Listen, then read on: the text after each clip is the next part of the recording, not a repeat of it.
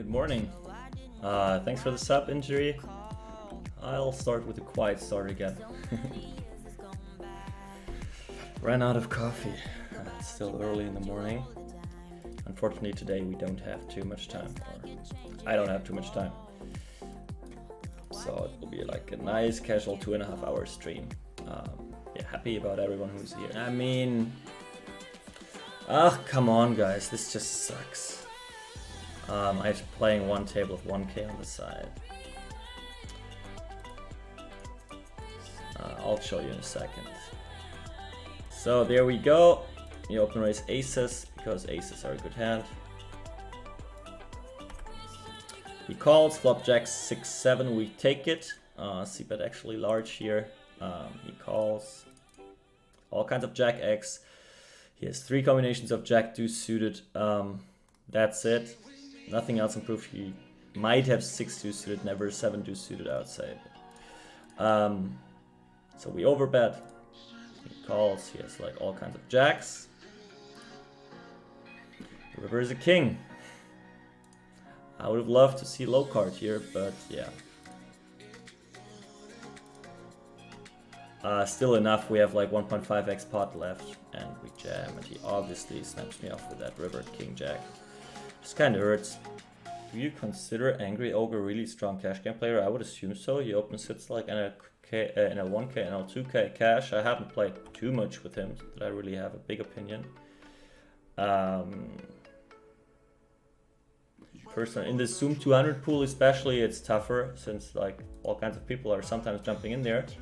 I know that this Seta Beni guy, he plays like crazy. He's crushing the pool from what I've heard. Just being too loose in every spot, which might be the right exploit. We talked about that yesterday already, that people being the best at a certain level are not necessarily the players that like are the best players. It's about knowing who you're playing on a daily basis. So there's no way I'm one of the best players in that Zoom pool right now, because I just don't know anyone really. And I just try to play well and have some basic assumptions.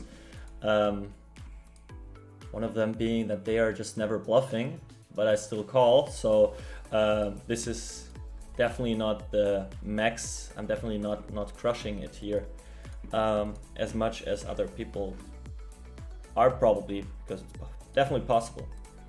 And we'll get there, I'm pretty sure about that.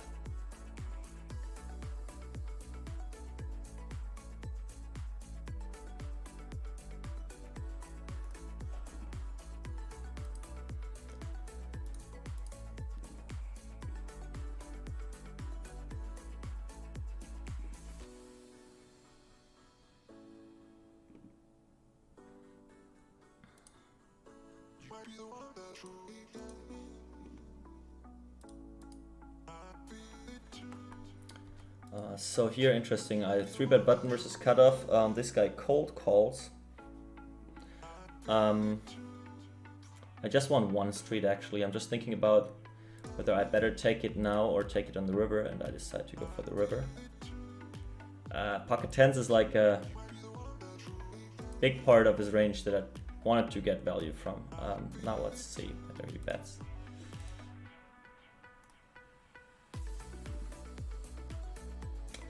I mean, someone cold calling I've never seen before. I've seen 4-3 suited steers, so no way we are following our top pair that we check back on the turn.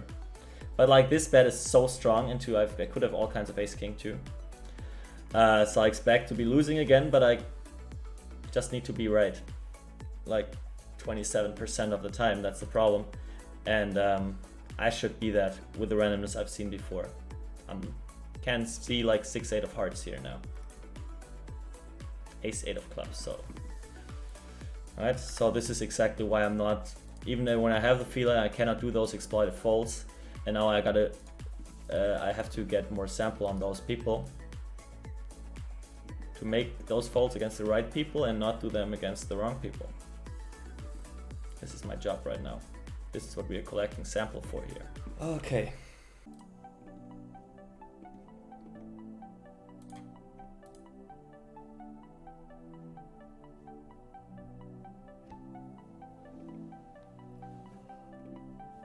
Let's see.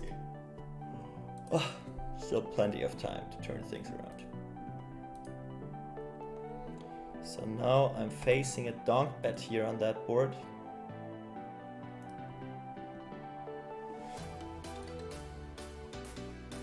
Wasn't really looking for an 8, but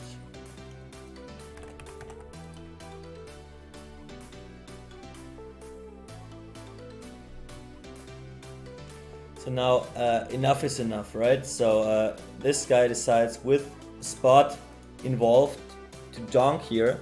This is for sure not some kind of bluff. Now on the turn he decides to size up manually. This is no way. This is like 8. I mean, I want to fold that right here. That's the thing.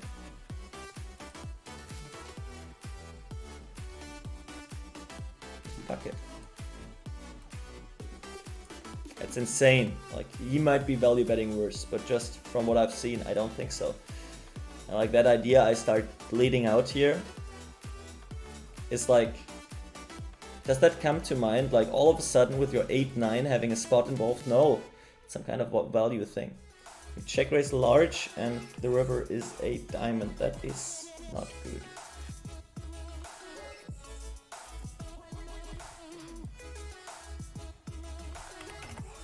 It's still good for some kind of value bet. I mean,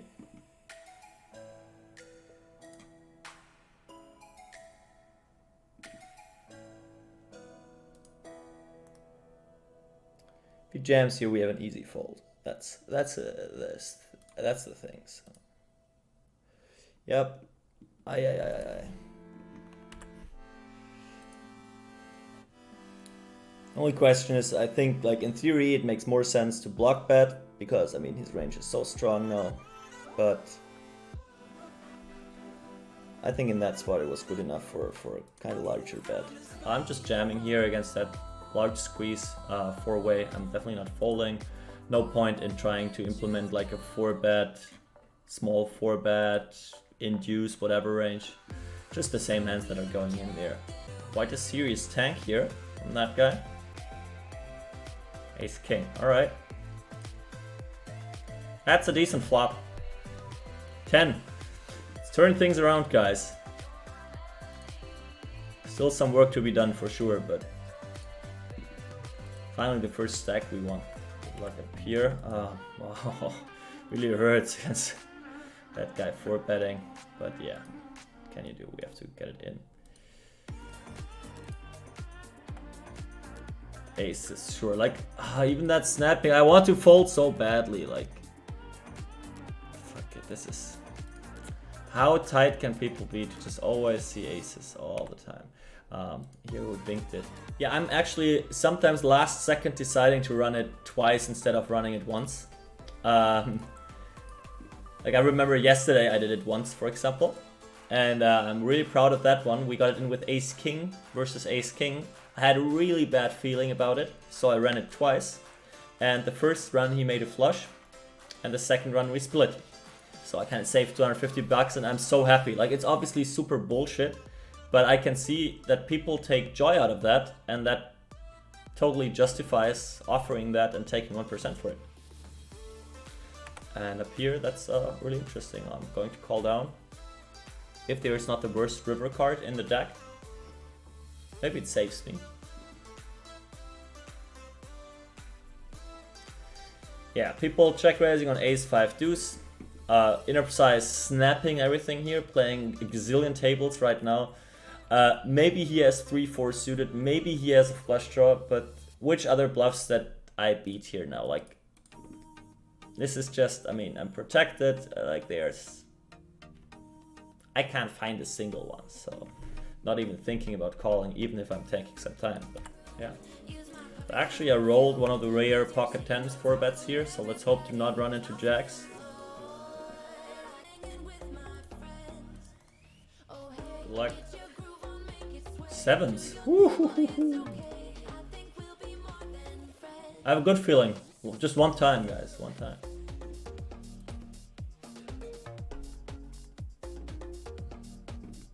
I called a 4-bet here with King Queen suited.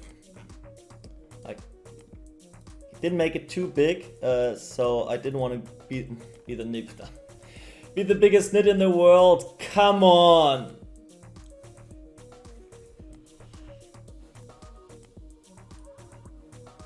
What is that?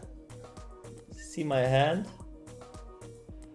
Okay guys, I kept it secret what happened with the king queen of clubs. Maybe some people were fast enough to go in the Zoom replayer and check it out. But guys, come on. What is this nit bullshit in the chat? As if I fold my king queen of clubs there. So give it a guess, guys. Which hand did he have? He 4-bets from under the gun and jams on that really dangerous, what was it, 9-7 something with 2 clubs board. It's not dangerous at all, the 4-bet pot. So, yeah. We did see his hand. I did call. I'll tell you in a second, but first give it some guesses. What was his hand? So let's come back to the king-queen suited hand, right? What do I think there? I think that jamming does not make any sense on that board, right? Not at all. It's like, it's horrible. So we gotta go with what is in his 4-bet range in the first place, because these are the hands he might jam potentially. Well, only the hands he is getting there with he can actually jam. So he plays 21-17 so far over a small sample. But this shows me he's not the, let's call it, not the bravest player of all times. So I don't expect too many 4-bet bluffs. So there's definitely some ace-king, definitely aces and kings. Maybe some bluffs where we have no clue how they look like. Maybe an ace-5 suited type of thing. Now we take this range. And we get a board where we flop a flush draw and 2 overcards, and he open jams. So your guesses look okay. Ace jack clubs, ace of clubs, X. They make just way too much sense. That's the problem. And well, something like ace jack of clubs, someone who plays 21-17 openers under the gun, like no way ever he's 4-betting his ace jack clubs. Like he's never heard of that. So how am I doing against ace king, with or without a club? Okay-ish. I have 12 outs or 11 outs, which is okay to justify the call. We'll be in the 38 to 40% region equity-wise. I would random guess. I'm not good at that, so might be wrong. Then what else could he have? He could have something that makes the most sense for me. In his mind, something that is scared of seeing more cards. Would be like pocket queens without a club. So against that, I have the same 12 outs. Pocket kings without a club. It's ridiculous to just jam it, but I can see it happening. Well, pocket aces are just ridiculous all over the place. But you would never think that someone does that with a club. I mean, like, why? Just doesn't make any sense. So yeah, I was really like really close to folding, and I just took the belief that he maybe does it sometimes with ace king. I don't believe it at all, but mainly does it with queens, and then I have enough equity. But I don't hate the fold at all, because his 4-bet range, like, what should it be? Someone playing 21-17, like. And so far he has stacked me twice with aces versus jacks and kings versus queens is like what I remember. But it's, yeah.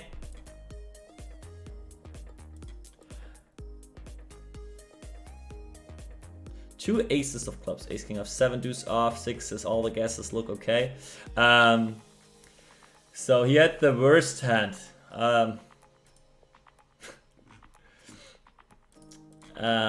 To jam there with. He did have, well, probably exactly the hand that his 4-bet range is.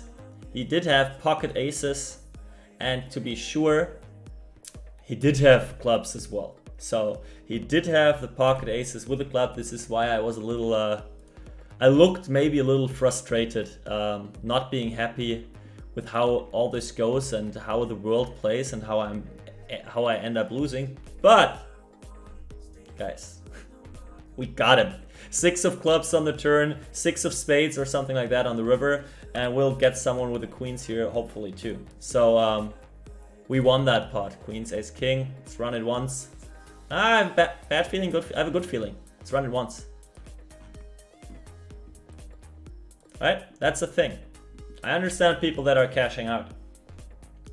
Back on track, guys. Back on track. We sucked out the king, queen of clubs against the freaking aces with a club. It's so ridiculous how he plays. So it kind of feels...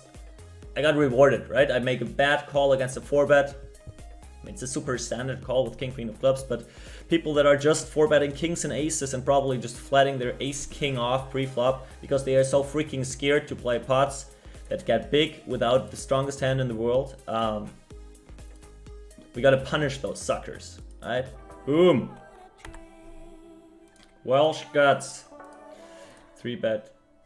Oh, actually he's 26-20. I had 21-17 in mind. Fits more to what he did there. 4-bet, I call. He just rips freaking aces with the club.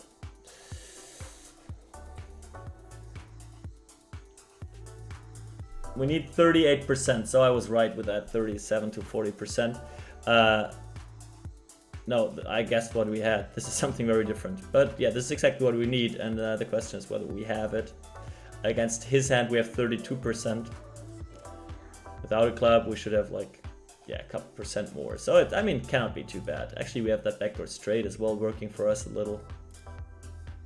This is the downside of it. Well, it's fine. And in your fucking face. I hope I showed it to you. So, sure, I was right. Let's just play it once more. Just really now to wrap it up. Showing you the session graph. It was a horrible, horrible, horrible, horrible, horrible session. Not money-wise, but just I mean, I just lost every single pot, and we can see that, and it's totally fine showing that in BBs. What the fuck is that?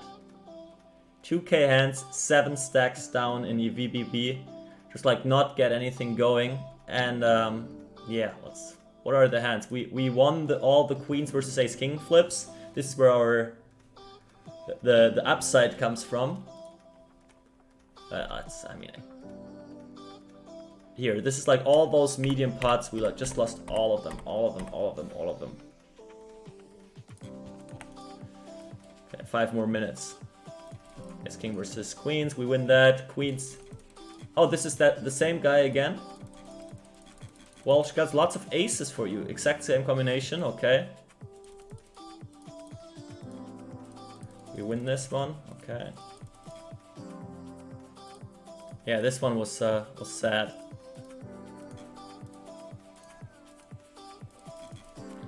Pretty standard. Oh, well, here we got him, but we only show downside this time, so this is absolutely ridiculous. This was the first hand that I told you I played before the stream started. I call that 3-bet, pretty standard. I flop top here, and he just pots, right? You should include like some ace king, some ace 10, something with the backdoor in there just to have your bluffs. People are doing it because they want to get the money in with aces now, but yeah. So the theoretical bluff part I'm playing against, I need to protect against that quite a little. I'm not jamming when I have a heart. I'm sometimes jamming when I don't have a heart, but I'm pretty much committed. And kind of like I'm not going to call and then fold some turns. Like, yeah, just... I will make those heroic folds soon. So someone 3-bet, 5-bet jamming 7s here. Really interesting. This 6-9 bluff, fairly standard. On the turn we have obviously the checking option as well, or betting small or anything. But I like the big bet there, really polarize. It's a great one to have kind of as a bluff. Yeah, but not getting there. This one, I mean, in theory, for sure, a block bet is way better here. But I just think how things are played is I'm just very sure that against that bet, I'm never getting bluffed. And against the block bet, I have a really tough situation if he raises me. And it just made things easy for me. This one, we ended up winning this one actually here. Some super random shit. I have to take quite some notes. Yeah. Here, like all that 20 to 40 BB losses. Just not seeing winnings here. C-bet, C-bet, facing the check raise. Getting the worst river card in the world. Well, there he plays 27, 17, 4 so far, not really doing something. C-betting very wide, so a hand like that I can put in a check raise range quite exploitatively. The 4 improves my range quite a lot. I do have lots of 5, 7s, 4, 5. I do have 3, 4 suited, for example, as well. Yeah, and it kills bluffs like 4, 5. So I don't want to go with that one, not having any equity pretty much, but I'm giving up. And remember the hands I just told you, like I can have 6, 5 with backdoor, I have 4, 5 that I'm checking here now. I can check ace 5 type of hands. And that's why I'm just overbetting going for it here. Him checking back ace jack on the turn is kind of ridiculous. You should definitely bet here just to protect and charge. I'm not double check raising here too often. And yeah, obviously he calls his ace jack. All those hands did not go well. Check raise, he re-raises on that board, which is, I don't know, is not a thing in theory. Here, kind of exploitatively, I'm not check jamming it in. That would be the standard play. But yeah, I just put him on a very, very value heavy range. Now seeing the stats, he looks kind of crazy, so I'm not sure about that. But yeah, just not getting there in the spots. Here, having lots of equity, turn barrel super standard, getting check jammed on, okay.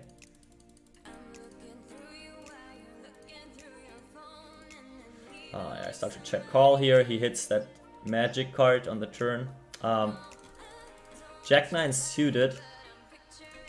I mean, this is... I mean, I gotta take note there right now, because this is like, there's no world where that can be a defend there. When I play a linear range, and I do have like all the jacks, well, 9s plus, and especially my bluffing part, if something like that exists, is like Queen Jack, Jack 10 suited, King Jack suited, so he really performs poorly. Something, if he open raises there 4-6 suited, he can call it, that's fine, but the Jack 9 is really...